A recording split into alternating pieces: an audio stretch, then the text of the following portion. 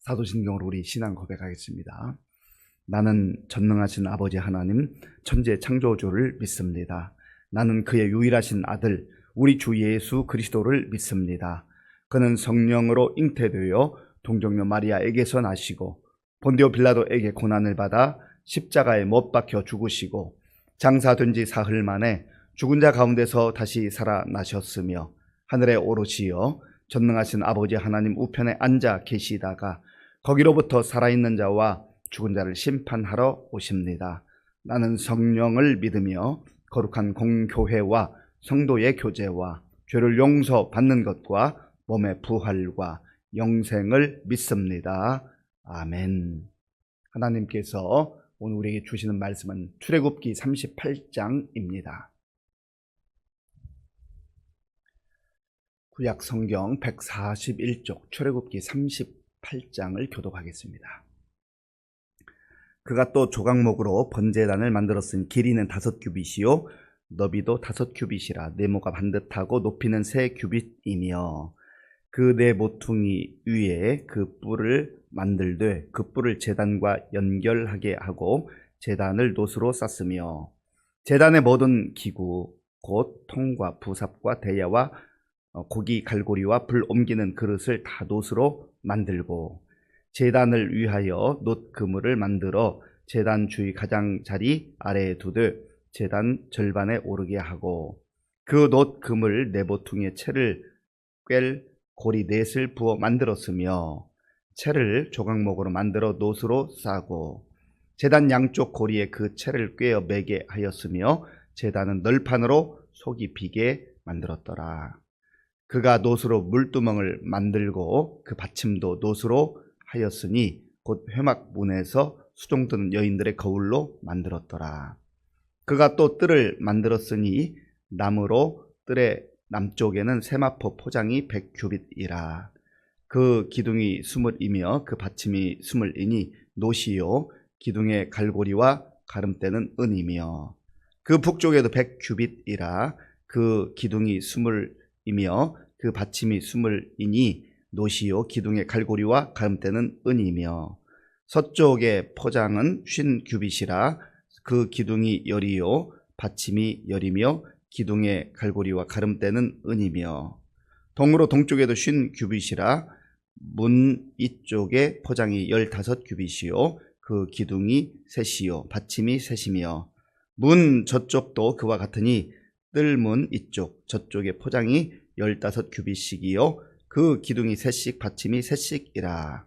뜰 주위의 포장은 세마포요 기둥 받침은 놋이요 기둥의 갈고리와 가름대는 은이요 기둥 머리싸개는 은이며 뜰의 모든 기둥에 은 가름대를 꿰었으며 뜰의 휘장문을 청색, 자색, 홍색 실과 가늘게 꼰 배실로 수놓아 쌌으니 길이는 20규빗이요 너비와 높이는 뜰의 포장과 같이 5규빗이며 그 기둥은 넷인데 그 받침 넷은 놋이요 그 갈고리는 은이요 그 머리 싸개와 가름대도 은이며 성막 말뚝과 뜰 주위의 말뚝은 모두 놋이더라.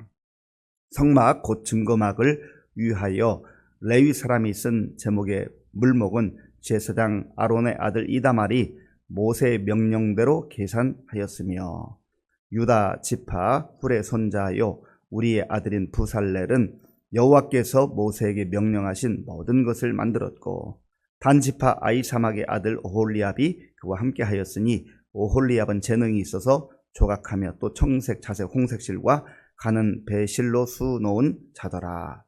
성소 건축 비용으로 드린 금은 성소의 세겔로 29달란트와 730세겔이며 계수된 회중이 드린 은은 성소의 세겔로 100달란트와 1775세겔이니 계수된 자가 20세 이상으로 60만 3,550명인 즉 성소의 세겔로 각 사람에게 은 한 배가 곧 반 세겔씩이라. 은 100달란트로 성소의 받침과 휘장문의 기둥 받침을 모두 100개를 부어 만들었으니 각 받침마다 한 달란트씩 모두 100달란트요. 1775세겔로 기둥 갈고리를 만들고 기둥 머리를 싸고 기둥 가름대를 만들었으며 드린 돛은 70달란트와 2400세겔이라. 이것으로 회막 문 기둥 받침과 놋 제단과 놋 그물과 제단의 모든 기구를 만들었으며 뜰 주위의 기둥 받침과 그 휘장문의 기둥 받침이며 성막의 모든 말뚝과 뜰 주위의 모든 말뚝을 만들었더라. 아멘.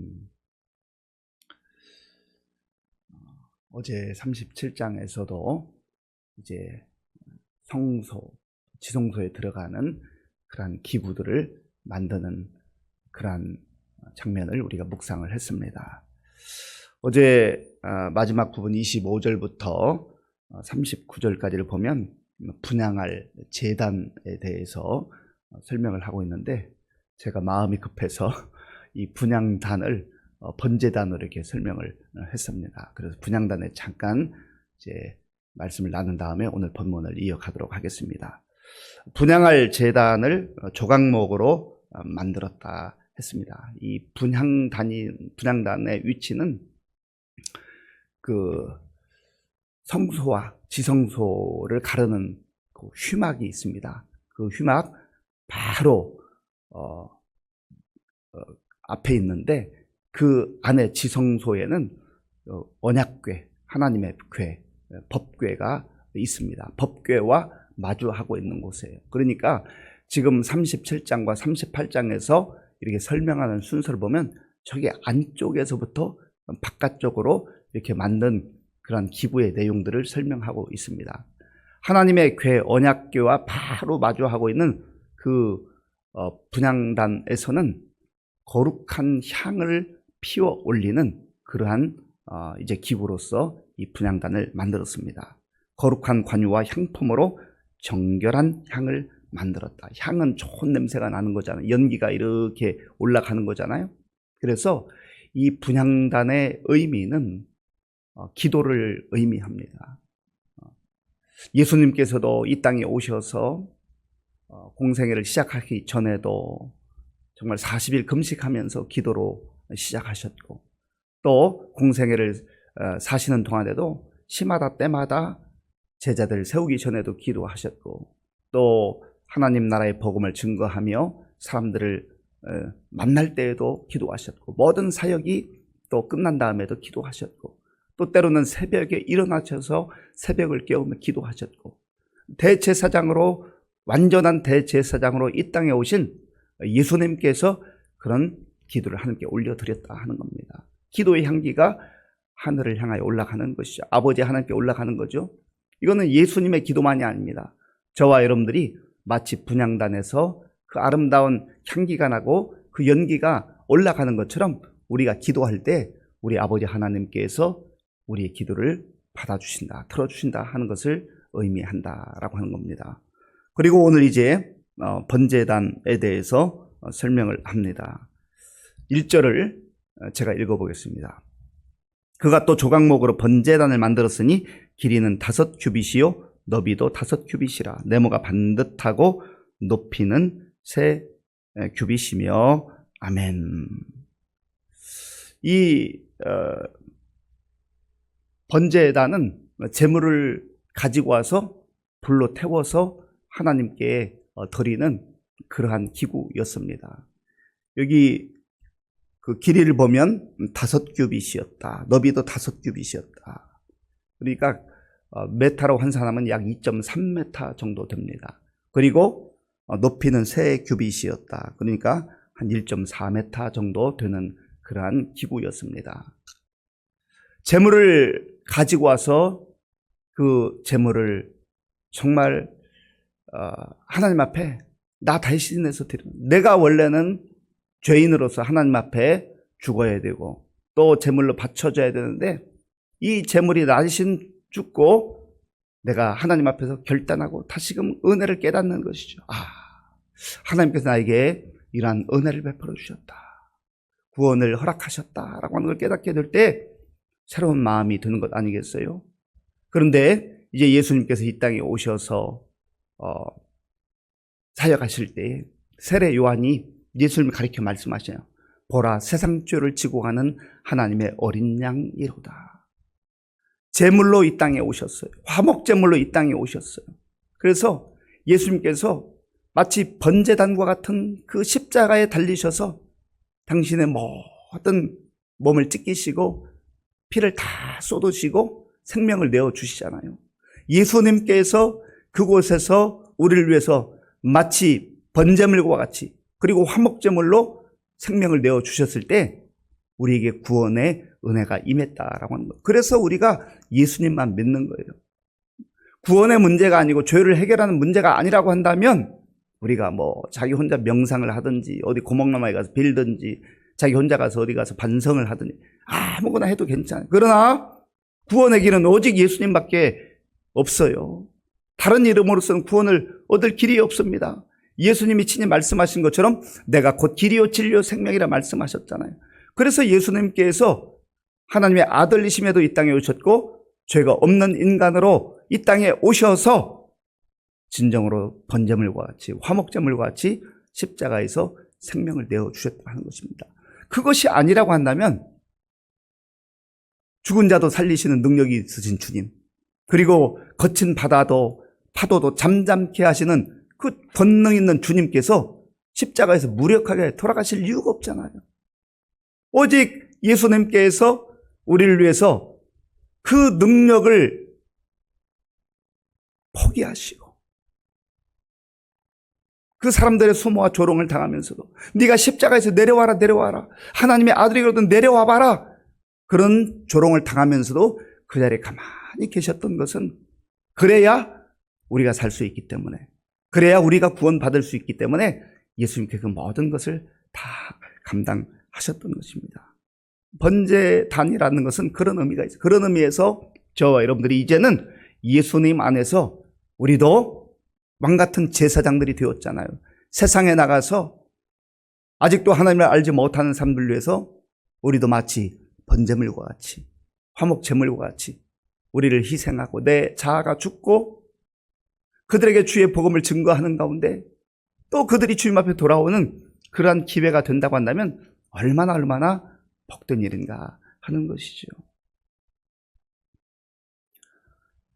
오늘 두 번째 기구는 이제 물두멍입니다. 8절 말씀, 우리 8절에 함께 읽겠습니다. 그가 놋으로 물두멍을 만들고 그 받침도 놋으로 하였으니 곧 회막문에서 수종드는 여인들의 거울로 만들었더라. 아멘. 이 번제단은 조금 전에 말씀드린 번제단도 조각목으로 만들었지만 놋으로 다 그것을 감쌌거든요. 그런데 여기 물두멍은 또한 놋으로 만들었다. 이 물두멍은 물을 이렇게 거기에 놓고 손을 씻는 곳이 더러운 걸 씻는 거예요. 우리가 하나님 앞에 나아갈 때 더러운 것, 추한 것 다 씻고 나가야 됩니다. 물론 올 때는 더러운 모습, 추한 모습, 연약한 모습으로 오지만 그러나 주님께서 준비해 주신 그 물두멍에서 다 씻어야 되는 것이죠. 우리가 세상에서 살다 주님 앞에 나올 때 때로는 더러운 모습으로, 추한 모습으로, 악한 모습으로 나올 때가 있어요. 그때에 우리가 이런 물로 우리의 죄를 씻을 수 없잖아요. 이 구약에서 하나님께서 성막 제도를 통해 보여주신 것은 결국 모든 것이 예수 그리스도를 가르쳐주는 그러한 상징적인 내용들이다 하는 거예요. 예수님의 보혈로만 우리의 더러운 것들을 다 씻어낼 수가 있는 겁니다. 그리고 이 놋으로 물두멍을 만들 때에 회막문에서 수종드는 여인들이 사용하고 있던 거울로 만들었더라. 이때는 뭐 과학기술이 발달한 때가 아니니까 오늘과 같은 그러한 유리 재질을 개발을 할 수 있는 상황이 아니었잖아요. 그러니까 놋으로 좀 희미한 것으로 거울 삼아서 이렇게 생활을 했었습니다. 여인들에게 있어서 거울이 얼마나 중요해요. 중요하지만 그러나 하나님 이 성전 성막을 만들고 또 물두멍을 만들 때 자기가 가지고 있는 이 소중한 것을 내어드렸다는 거예요. 진정한 아름다운 뭐예요? 우리가 거울을 왜 보는 거죠? 아름답게 살기 위해서. 우리가 잘 단장하기 위해서 거울을 사용해요. 그런데 주님을 위해서 그것까지도 내어놓는 이 여인들의 헌신을 보면 진정으로 아름다운 게 뭐냐. 우리가 때로는 육신을 가꾸기 위해서 여러 가지 시간도 투자하고 물질도 투자하고 또 에너지도 투자합니다. 뭐 그게 잘못된 게 아니에요. 할 수만 있으면 우리가 단정하게 잘 또 하나님 주신 기회를 따라서 그렇게 관리하고 가꿀 수 있으면 좋죠. 그러나 그것보다 더 소중한 것은 우리의 마음을 단장하고 하나님 기뻐하시는 그러한 헌신과 희생의 삶을 살아갈 때 그 삶이 정말 아름다운 삶이다 하는 것을 보여주는 겁니다. 그 다음에 9절부터는 20절까지 이제 성막 울타리를 만드는 과정을 설명하고 있습니다. 9절을 제가 읽겠습니다. 그가 또 뜰을 만들었으니 나무로 뜰의 남쪽에는 세마포 포장이 100규빗이라. 아멘. 뜰을 만들고 또 울타리를 이렇게 만드는데 북쪽과 남쪽의 길이가 100규빗이었다. 그러니까 메타로 환산하면 45m입니다. 서쪽과 동쪽은 50규빗이니까 22.5m. 그리고 그 기둥을 20개를 이렇게 세워서 그 성막을 이제 유지하게 되는 것이죠. 그 울타리를 유지하게 되는 것이죠.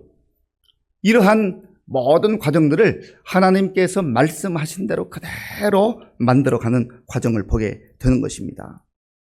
이 뜰 그리고 울타리를 통해서 이제 그 하나님께서 말씀하신 성막을 향하여 나아가는데 거기에 문이 있어요. 그리고 뜰에 이렇게 들어가게 됩니다. 그런데 백성들이 들어갈 수 있는 곳은 여기까지. 그 당시에는 그 성소와 지성소는 제사장만 들어가고 지성소에는 대제사장이 1년에 딱 한 번 들어갈 수 있습니다. 그런데 백성들이 하나님 앞에 나와서 그 뜰에만 서도 얼마나 감격인지, 내가 하나님 앞에 왔다, 하나님 면전에 왔다 하는 것을 생각할 때 너무나 감사하고 감격인 것이죠. 그래서 주의 백성들이, 주의 자녀들이 하나님 면전에 뜰에만 서 있어도 감격한다라고 하는 것을 다윗이 표현을 했는데요. 시편 65편 4절에 보면 이렇게 고백을 하고 있습니다. 주께서 택하시고 가까이 오게 하사 주의 뜰에 살게 하신 사람은 복이 있나이다. 우리가 주의 집 곧 주의 성전의 아름다움으로 만족하리이다 하면, 주께서 택하시고 가까이 오게 하신 주의 백성만이 주의 뜰에 설 수 있다 하는 거죠. 그러니까 우리가 하나님 앞에 설 수 있다는 것이 얼마나 감사하고 또 감사한 일인가 하는 것이죠. 그래서 저와 여러분들이 예배당에 와서 예배를 드릴 때든 또 가정에서 뭐 유튜브나 또 개인적으로 예배를 드릴 때든 내가 하나님 앞에 설 수 있다, 하나님 앞에 나올 수 있다, 그냥 나오는 게 아니잖아요. 하나님께서 택하신 주의 백성들, 구원의 은혜를 받은 사람들이 주님 앞에 나오는 것 아니겠습니까? 그러니까 거기에는 더 감사가 고백되어지는 것이죠. 그리고 마지막 부분에서 이제는 성막을 만든 재료들, 그리고 그 일을 감당했던 사람들의 그 이름이 이제 나오고 있습니다. 이런 모든 과정들을 통해서 하나님께서 모세를 통해서 명령하신 그대로 다 성막이 만들어지는 것을 보게 됩니다. 사랑하는 성도 여러분, 하나님께서 모세를 통해서 말씀하신 것이 그대로 이루어지는 것처럼 저 여러분들에게 주신 하나님의 말씀, 성경을 통해서 우리의 삶에서 하나님의 말씀이 이루어지는 것, 그게 가장 큰 복이다라고 하는 거예요. 그리고 번제단을 만들어서 하나님 앞에 올려드리는 것처럼 오늘 저 여러분들도 정말 이 땅에서 예수 그리스도를 본받아서 번제물처럼, 화목제물처럼 그렇게 주님을 사랑하고 또 사람들에게 주의 은혜를 흘려보낼 수 있는 은혜의 통로가 될 수 있기를 바랍니다. 그리고 나의 소중한 것까지라도 다 드려서 정말 하나님의 영광을 드러내고 아름답게 살았던 것처럼 우리의 내면을 믿음으로 가꾸고 우리의 삶 속에서 하나님이 기뻐하시는 아름다운 삶을 살아가는 저 여러분들이 되시고, 또 주님께서 말씀하신 모든 사람들이 나와서 충성했던 것처럼 우리에게 맡겨주신 사명 잘 감당해서 하나님께 칭찬받는 그러한 주의 백성들 다 되실 수 있기를 간절히 바랍니다. 아버지 하나님, 감사합니다. 하나님께서 모세를 통해서 말씀하셨던 성막이 또한 택하에 세우신 귀한 종들을 통해서 이렇게 말씀대로 이루어지는 것을 보았습니다. 아버지 하나님, 그 만드는 과정이 복잡한 것 같지만 그러나 주의 택함 받은 백성들이 말씀대로 순종했던 것처럼 우리도 하나님 말씀대로 순종하고 살아서 하나님께 영광 돌리게 하시고 하나님이 기뻐하는 아름다운 삶을 살아갈 수 있도록 주님 도와 주시옵소서. 예수님의 이름으로 기도하옵나이다. 아멘. 주기도문으로 예배를 마치겠습니다. 하늘에 계신 우리 아버지, 아버지의 이름을 거룩하게 하시며 아버지의 나라가 오게 하시며 아버지의 뜻이 하늘에서와 같이 땅에서도 이루어지게 하소서. 오늘 우리에게 일용할 양식을 주시고 우리가 우리에게 잘못한 사람을 용서하여 준 것 같이 우리 죄를 용서하여 주시고 우리를 시험에 빠지지 않게 하시고 악에서 구하소서. 나라와 권능과 영광이 영원히 아버지의 것입니다. 아멘. 오늘 우리에게 주신 말씀을 생각하며 기도할 때 하나님이 말씀하신 대로 그 모든 성막의 기구들이 다 만들어지는데 주의 백성들이 순종하는 게 참 중요하잖아요. 우리도 순종하며 말씀대로 살게 하여 주옵소서. 또한 우리의 삶을 통해서 하나님께서 베푸시는 그 놀라운 구원의 복음이 주변 사람들에게 흘러가게 하여 주옵소서. 기도하시고 나라와 민족을 위해서 우리 교회 많은 어르신들 또 환우들 그리고 다음 세대, 특별히 다음 세대 중에서 우리 수험생들을 위해서 그리고 취업을 준비하며 기도하는 우리 청년들을 위해서 기도해 주시고 군 복무 중인 청년들 기도해 주시고 또 지금도 세계 곳곳에 나가 복음되는 우리 선교사님들 위해서 또 다음 주간에 있는 우리 가을 특별 새벽 기도를 함께 기도하겠습니다.